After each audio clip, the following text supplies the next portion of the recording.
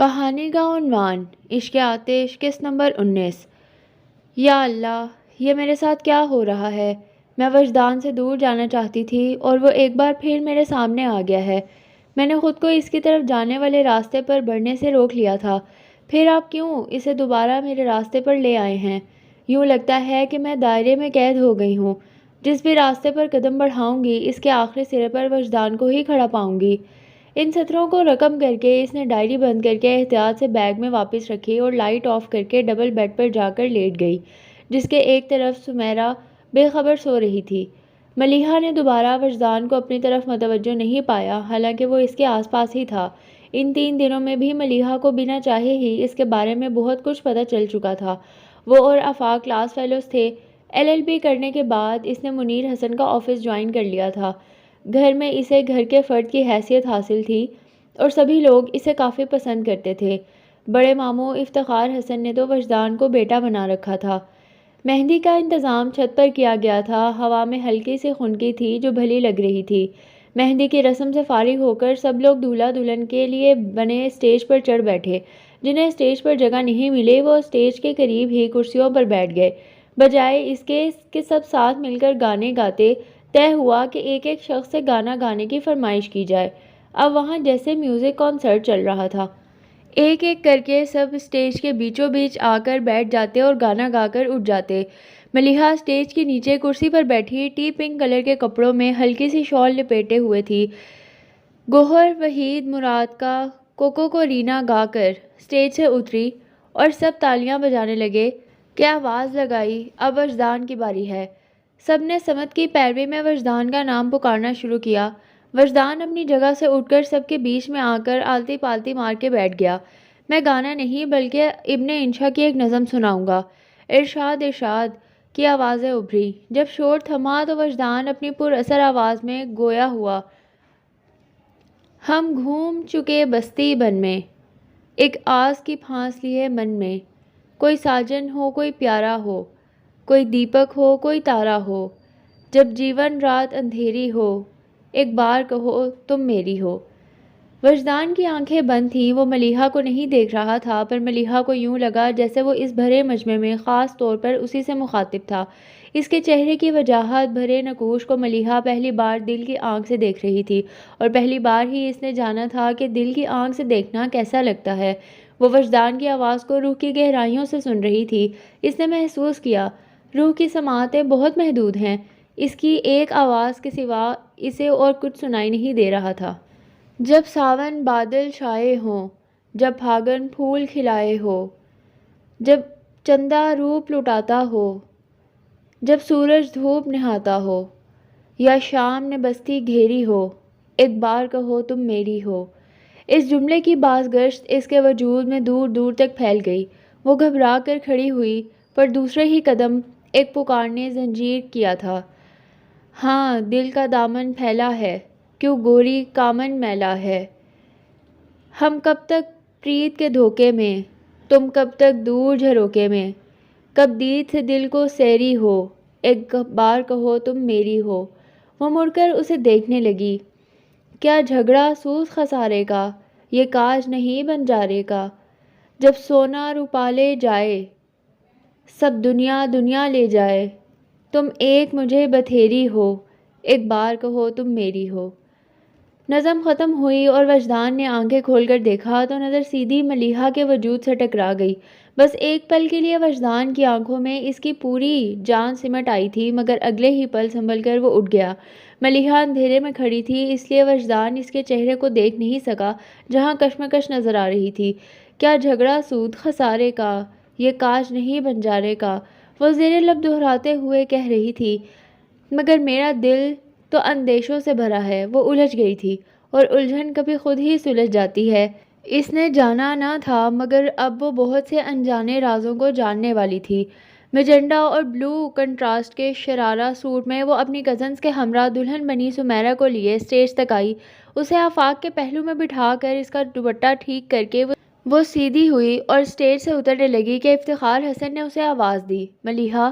وہ فوراً پلٹی، جی مامو جان۔ بیٹا فون تو کرو، بھائی صاحب ابھی تک نہیں آئے۔ ان کی بات پر وہ کچھ توقف کے بعد بولی، ماموں جان آپ تو جانتے ہیں نا بابا جان کو، وہ کبھی بھی پرہجوم جگہوں پر جانے کے لیے تیار نہیں ہوتے۔ وہ جانتے تھے اسی لیے پھر اصرار نہیں کیا اور نور الہدیٰ کا پوچھنے لگے، نور الہدیٰ تو آئے گا نا؟ جی ماموں جان، صبح میری ہادی بھائی سے بات ہوئی تھی، وہ کہہ رہے تھے کہ وہ آئیں گے، تھوڑی دیر میں آتے ہی ہوں گے۔ وہ سر ہلا کر کسی اور طرف متوجہ ہو گئے تو ملیحہ بھی اپنا شرارہ سنبھال کر اسٹیج سے اترتی وجدان کے برابر انجان بن کر گزر گئی۔ ملیحہ، جب افتخار حسن نے ملیحہ کا نام پکارا تو وہ ملیحہ سے 2 قدم ہی پیچھے تھا اور اپنے آپ ہی اس کے احساسات کو ایک نام مل گیا تھا۔ اس نے اس نام کو زیر لب دہرایا، یوں کہ ہونٹ تو ہلے مگر آواز نہیں ابھری۔ ملیحہ نے کوئی آواز تو نہیں سنی پر اسے احساس ہوا کہ کوئی اس کا نام لے رہا ہے۔ وہ بے ساختہ پلٹ کر بولی، جی، مگر وجدان کو دیکھ کر سٹ پٹا گئی۔ اس کے سوالیہ انداز پر وجدان بولا، سب کچھ تو کہہ چکا ہوں، اب اور کیا کہوں؟ وہ گڑبڑا کر فوراً ہی پلٹ گئی، مگر جانے کیا ہوا، کچھ قدم چل کر ہی وہ اچانک پھر پلٹی اور فان کلر کے ڈنر سوٹ میں وجدان کو دیکھا۔ وہ اسے ہی دیکھ رہا تھا۔ ملیحہ کی آنکھیں اس کی آنکھوں سے الجھ گئیں اور پہلی بار ایسا ہوا کہ وجدان کو دیکھ کر ملیحہ کے دل کی دھڑکنیں بے ترتیب ہو گئیں۔ وہ ٹھٹک گئی۔ آگاہی کا پل اس کی زندگی میں آ چکا تھا۔ اس نے بے یقینی سے وجدان مصطفیٰ کی طرف دیکھا۔ وجدان نے آنکھ کے اشارے سے پوچھا، کیا ہوا؟ وہ یوں ہی اس کی طرف دیکھتی رہی، پھر اپنے احساسات پر غور کرتے ہوئے الجھے انداز میں سر کو جھکا لیا تو سلکی بال کندھے سے پھسلتے ہوئے اس کے رخ کو ڈھک گئے۔ ایک ہاتھ سے بال ہٹاتے ہوئے اس نے پھر وجدان کو دیکھا جو بہت دلچسپی سے اس کے ہر انداز کو نوٹ کر رہا تھا، اور پھر پہلی ہی بار وجدان نے اسے خود سے شرماتے دیکھا تھا۔ نظریں چراتے ہوئے رخ بدل کر وہ ہونٹوں میں مسکرائی، پھر فوراً ہی پلٹ کر بھاگتے ہوئے ہال کے ایک جانب بنے ڈریسنگ روم میں جا چھپی۔ اس نے کچھ نہیں کہا تھا لیکن سامنے وہ شخص کھڑا تھا جس نے اسے حفظ کر لیا تھا۔ بھلا اسے اس حادثے کی خبر کیسے نہ ہوتی؟ وجدان نے کھل کر مسکراتے ہوئے سر اٹھا کر آسمان کی طرف دیکھا اور دل ہی دل میں اس رب کا شکر ادا کرنے لگا جس نے آج اس کے محبت کو معتبر کر دیا تھا۔ نور الہدیٰ وطن واپس لوٹے تو بہت دنوں تک فارغ نہیں رہ سکے۔ فوراً ہی گارمنٹس فیکٹری کے قیام کے سلسلے میں دوڑ دھوپ شروع کر دی اور ایک بھرپور دن گزار کر رات جب وہ لوٹتے تو تھکن سے جسم ٹوٹ رہا ہوتا، مگر یہ تھکن بس قصر فاروقی کی چوکھٹ تک ہی ان کا ساتھ دے پاتی، کیونکہ چوکھٹ کے اس پار ایک لڑکی ان کے انتظار میں نیند قربان کیے جاگ رہی ہوتی اور ان کو دیکھتے ہی وہ مسکراتی ہوئی اٹھ کر پاس چلی آتی اور سلام کرنے کے بعد ان سے کہتی، آپ فریش ہو جائیں، میں کھانا لے کر آتی ہوں۔ پھر جتنی دیر میں وہ فریش ہو کر کمرے میں آتے وہ کھانا گرم کر کے ٹرے میں سجائے کمرے میں چلی آتی۔ نور الہدیٰ اسے دیکھتے ہوئے صوفے پر بیٹھ جاتے۔ وہ کھانا شام میں کھا لیا کرتی تھی مگر اب اس نے اپنی بھوک کو تقسیم کر لیا تھا۔ تھوڑا سا کھانا وہ شام کو بابا جان کے ساتھ کھاتی اور تھوڑا سا کھانا رات میں نور الہدیٰ کے ساتھ دینے کو کھاتی، مگر آج دروازہ کھول کر اندر پیر رکھتے ہوئے انہوں نے خالی صوفے کو دیکھا تو وہیں رک گئے۔ ایک تم جو نہیں ہو تو لگتا ہے کچھ نہیں ہے۔ انہوں نے اپنی سرگوشی سنی۔ صاحب کھانا لگا دوں؟ بہادر ایک دم سے کسی کونے میں سے نکل آیا۔ رہنے دو یار، بھوک نہیں ہے، بہت بیزاری سے بول کر وہ دروازے کے آگے بنے سٹیپ پر بیٹھ گئے۔ بہادر سر ہلا کر واپس غائب ہو گیا تھا۔ نور الہدیٰ نے کوٹ ران پر رکھا، آستینیں کوہنیوں تک پہلے ہی چڑھا رکھی تھیں۔ ٹائی کی ناٹ کھینچ کر ڈھیلی کرتے ہوئے انہوں نے گریبان کے بٹن بھی کھول دیے، پھر کلائی پر بندھی گھڑی پر نظر ڈالی اور مسکرا اٹھے۔ اس وقت انہیں شادی ہال میں ہونا چاہیے تھا۔ وہ جانتے تھے ملیحہ اس وقت بے صبری سے ان کا انتظار کر رہی ہوگی، خود وہ بھی اسے ایک نظر دیکھ لینے کو بے چین تھے، مگر پھر یہ خیال کہ وہ ان کی راہ دیکھتے ہوئے بس انہیں سوچ رہی ہوگی، کہیں زیادہ کیف آ گئی تھا۔ وہ ایک ہاتھ سے گدی مسلتے خود سے بولے، کبھی سوچا بھی نہیں تھا کہ ایک لڑکی مجھ جیسے شخص سے ایسی امیچور حرکتیں کروا لے گی۔ خود پر مسکراتے ہوئے انہوں نے کوٹ کی جیب سے سگریٹ کا پیکٹ نکالا اور سگریٹ نکال کر ہونٹوں میں دبا کر جیب سے لائٹر نکال کر جلایا۔ سگریٹ سلگاتے ہوئے کچھ یاد کر کے ان کے ہاتھ ایک پل کو رکے، پھر ایک گہری مسکراہٹ کے ساتھ سر جھٹکتے انہوں نے سگریٹ سلگا لیا۔ گلاس وال سے گزر کر ان کی نظریں لاؤنج کے اس صوفے پر ٹھہریں جس پر بیٹھ کر ان کا انتظار کرتے ہوئے وہ پہلی رات سو گئی تھی، اور پھر آنے والی کئی راتیں نور الہدیٰ نے اسی صوفے پر بیٹھے اپنا انتظار میں جاگتے پایا تھا۔ نور الہدیٰ نے ایک گہرا کش لے کر دھواں ہوا میں چھوڑا اور ملیحہ کو دیکھنے کی ان کی خواہش عجیب سے ڈھنگ سے پوری ہو گئی۔ دھوئیں میں لپٹا اس کا ہر نقش بہت واضح تھا۔ بند آنکھوں کو ڈھکتے پپوٹوں پر سجی پلکوں کا سایہ گالوں پر پڑ رہا تھا، ہونٹ نیم وا تھے، الجھے بالوں کی ایک لٹ اس کے گال کو چھو رہی تھی۔ گداز باہوں میں کشن دبا رکھا تھا اور لمبا دوپٹہ ایک طرف سے ذرا سا شانے پر ٹکا تھا اور دوسری طرف سے پہلو کو چھوتا قالین پر بے ترتیبی سے بکھرا تھا۔ دھواں تحلیل ہونے لگا تو عکس بھی مٹنے لگا تھا۔